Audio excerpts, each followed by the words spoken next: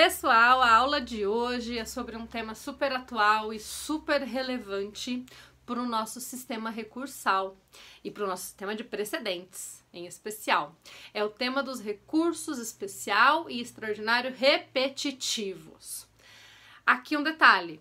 Nós estudamos as hipóteses de cabimento do recurso especial extraordinário, entendemos, né, a função do STJ e do STF, entendemos os objetivos desses recursos, a correção de ilegalidade, de inconstitucionalidade, estudamos os seus requisitos de admissibilidade e no mundo normal veríamos agora o procedimento do recurso especial extraordinário.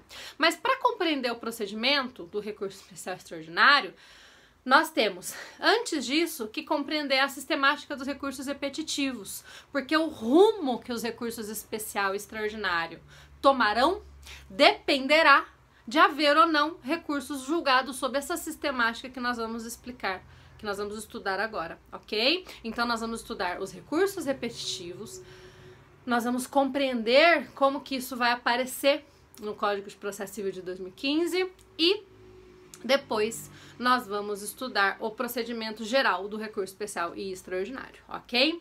Qual que é a ideia, né, pessoal? E aí nós voltamos um pouquinho no tempo para falar lá de 2005, 2006, quando aconteceu uma das últimas reformas do Código de Processo Civil de 73. Nós já vínhamos no Brasil vendo muitos posicionamentos, em especial da doutrina, no sentido de que deveríamos adotar um sistema mais forte de precedentes. Essa ideia já vinha se fortificando, se multiplicando, com fundamento talvez um pouco errado. O fundamento era a quantidade de recursos nos tribunais. Ah, tem muito recurso no tribunal, precisamos evitar que 200 recursos especiais sobre um mesmo tema cheguem no STJ, então precisamos criar um sistema que resolva essas questões. Nós sabemos que os precedentes não deveriam vir para isso, né?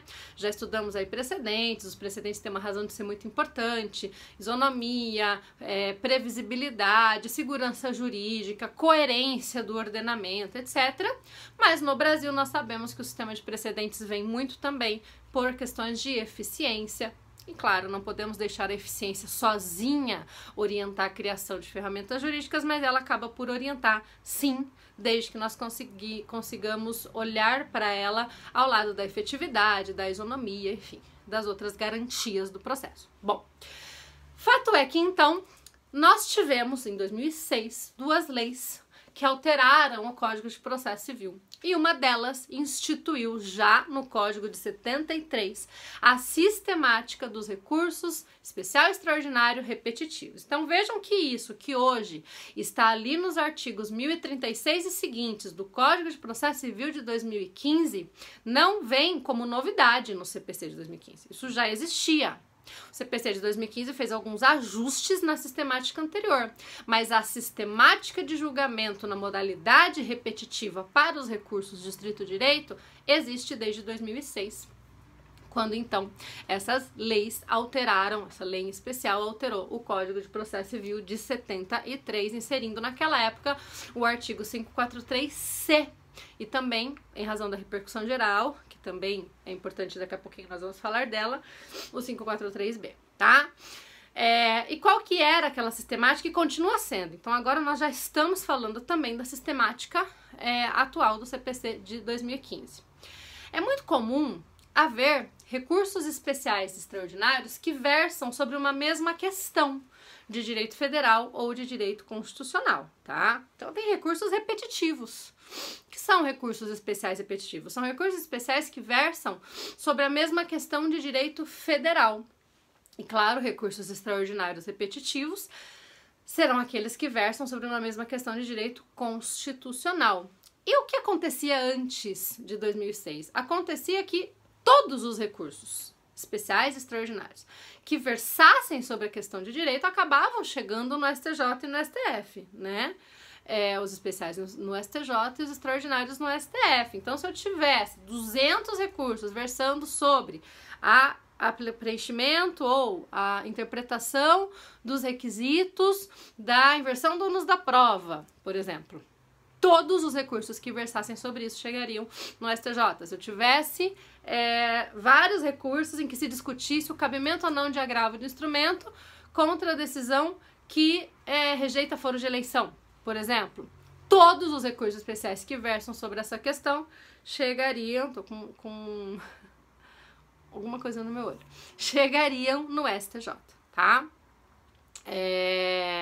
E isso, é claro, sobrecarregava os tribunais superiores. Claro que já havia filtros, né? Porque nós já estudamos requisitos de admissibilidade e eu já contei para vocês que muitos dos requisitos acabam servindo de justificativa para uma jurisprudência defensiva.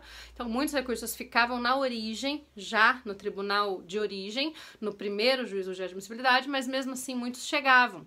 E se não chegavam por um juízo de admissibilidade positivo, chegavam também por um agravo que cabia e ainda cabe, já depois na próxima aula veremos esse agravo, contra a decisão que nega seguimento ao recurso no tribunal local. Acabava sobrecarregando os tribunais.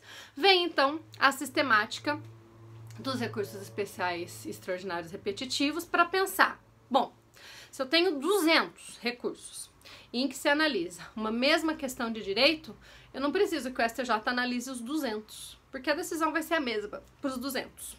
Então, o que nós vamos fazer? Nós vamos selecionar na época pelo menos um.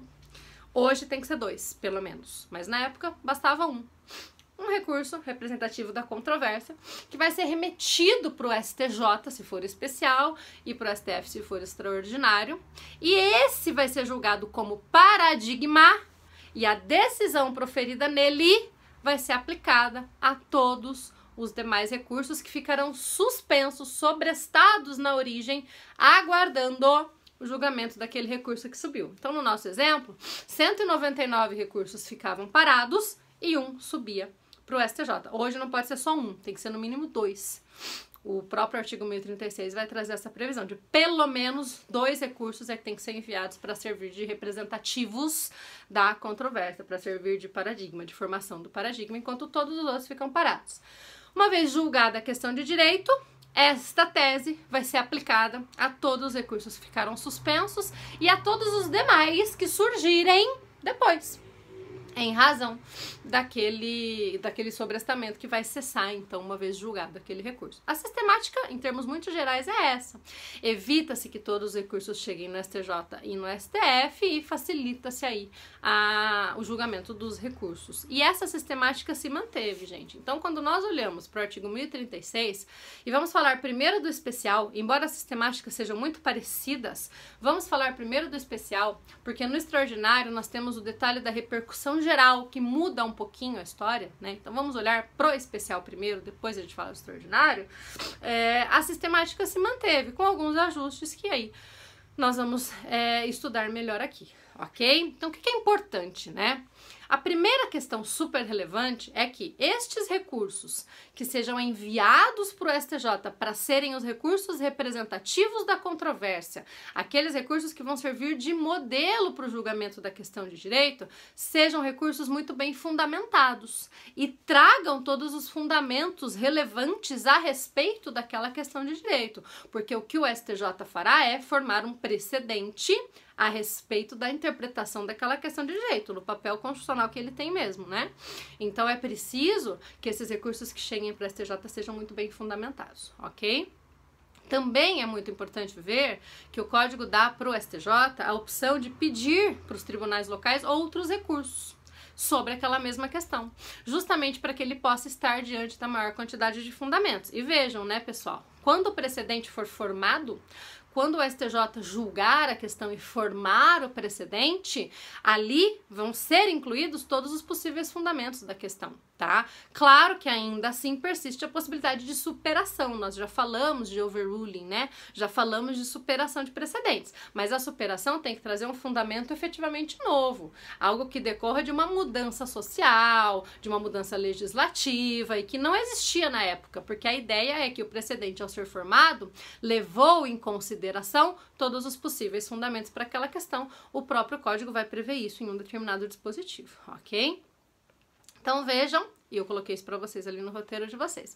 Então vejam como é importante a preocupação que deve nortear a escolha do recurso. Esse recurso tem que ser um recurso muito bom, muito bem fundamentado, porque a decisão que se tomar nele impactará em todos os processos, em todos os recursos que versem acerca daquela mesma questão, ok? Também é muito importante garantir a participação de amicus curiae, a realização de audiências públicas, porque a decisão que será tomada formará um precedente que influenciará na vida das pessoas. Então, nesse caso, eu preciso ter representantes de certas categorias podendo ter voz, podendo apresentar a sua posição perante o STJ. E é muito comum quando ocorre a afetação do recurso, daqui a pouquinho a gente vai entender como isso acontece, o próprio ministro relator no STJ já determinar a intervenção de amicus curiae, mas também é possível que algumas instituições peçam o seu ingresso como amicus curiae também, justamente para poder contribuir com a formação daquele precedente. Também é muito importante a realização de audiências públicas, também entra nessa ideia, ok? Como que isso funciona então, pessoal?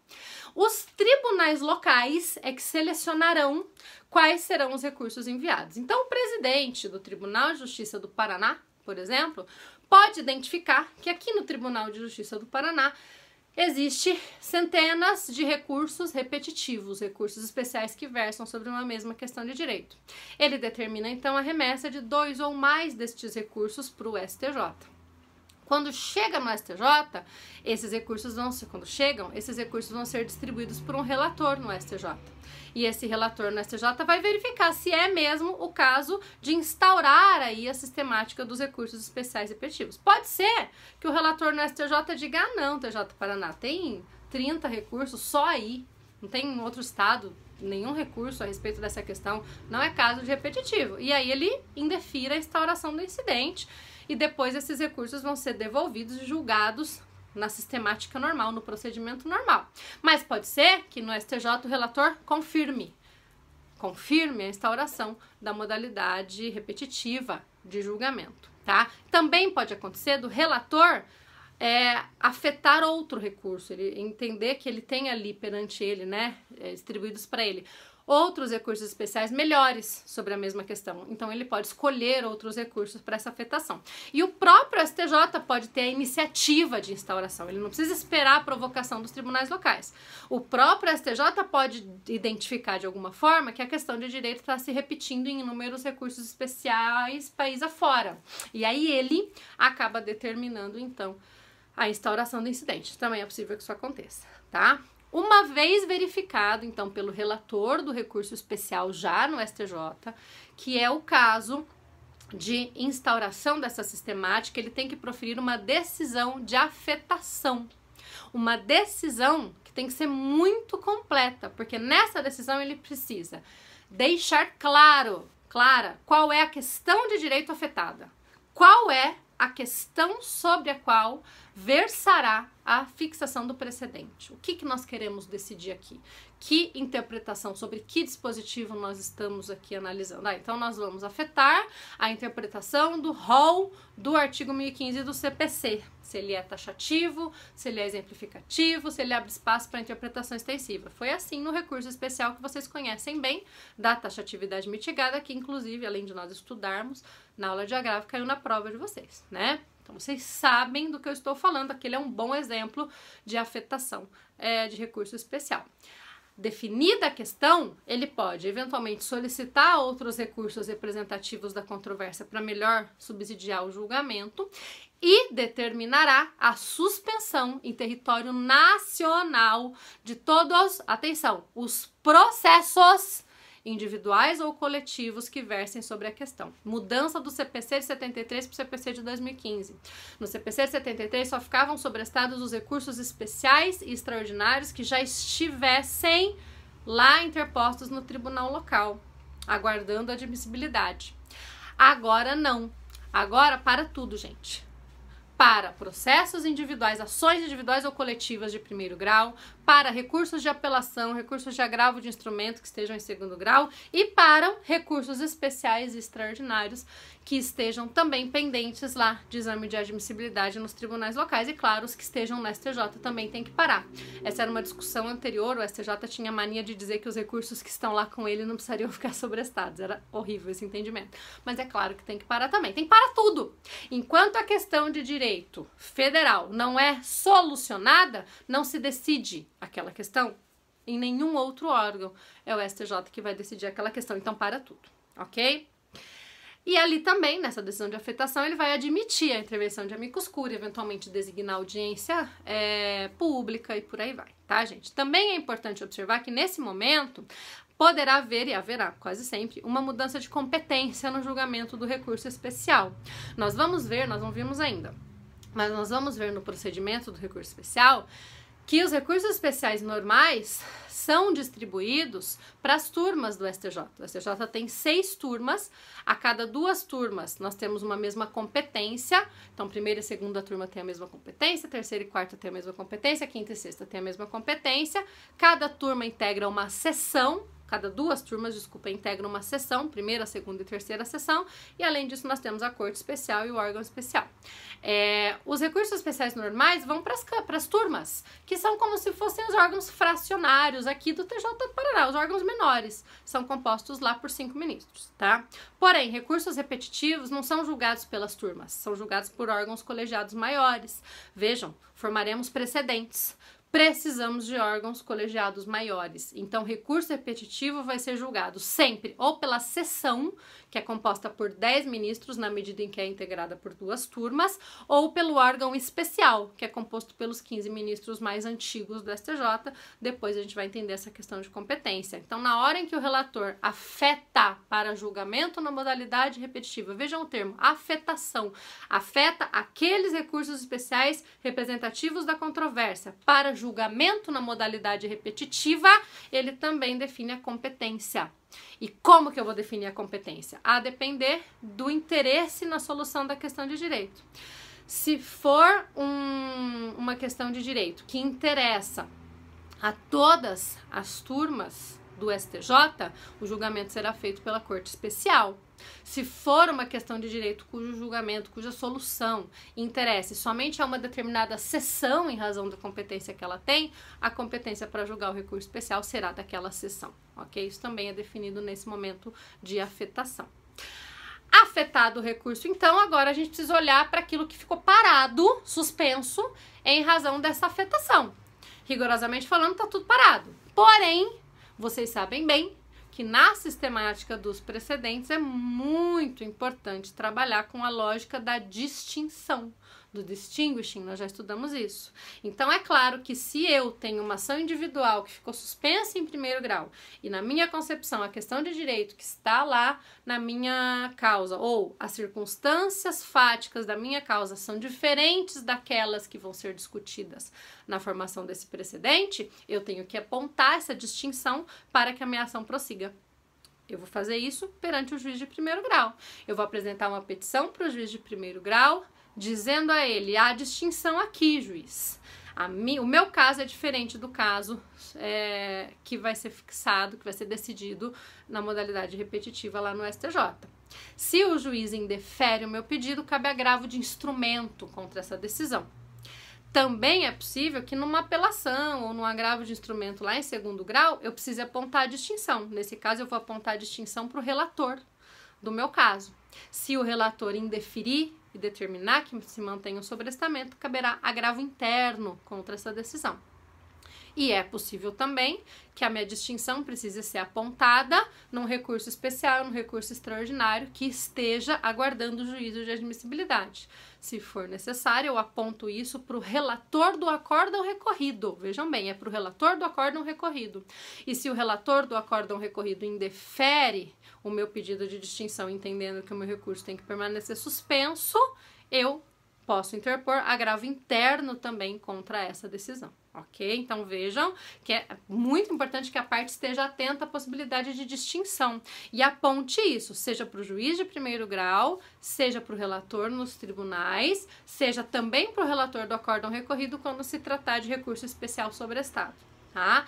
E nesse caso é possível então que haja o prosseguimento do meu caso, porque se constata a distinção, ou, em caso de indeferimento, interposição de agravo de instrumento se for em primeiro grau, ou agravo interno se for decisão do relator no tribunal, ok? Também é possível que a parte recorrida de um recurso especial suspenso lá na origem indique a intempestividade do recurso especial. Porque imagine, eu posso ser recorrida, eu ganhei. A minha apelação foi provida e eu ganhei, o meu acórdão foi favorável. Vem a outra parte e faz recurso especial desse acórdão, eu sou recorrida no recurso especial dela. Eu apresento contra-razões e mostro a intempestividade do recurso especial. Ele foi interposto fora do prazo. Pode acontecer.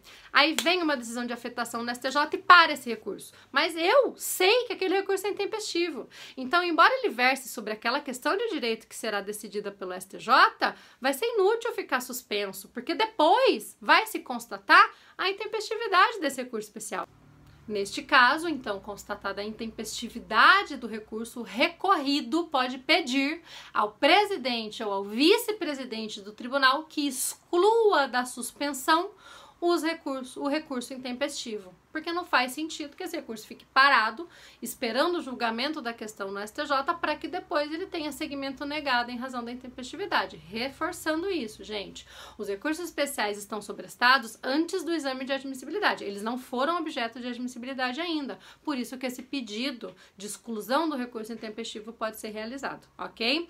Caso indeferido pelo presidente ou vice-presidente, caberá agravo interno. Lembrem-se de que lá na aula de agravo interno, eu contei para vocês que não era só de decisão do relator que cabia o agravo interno, caberia também de decisão do presidente ou do vice-presidente, ok?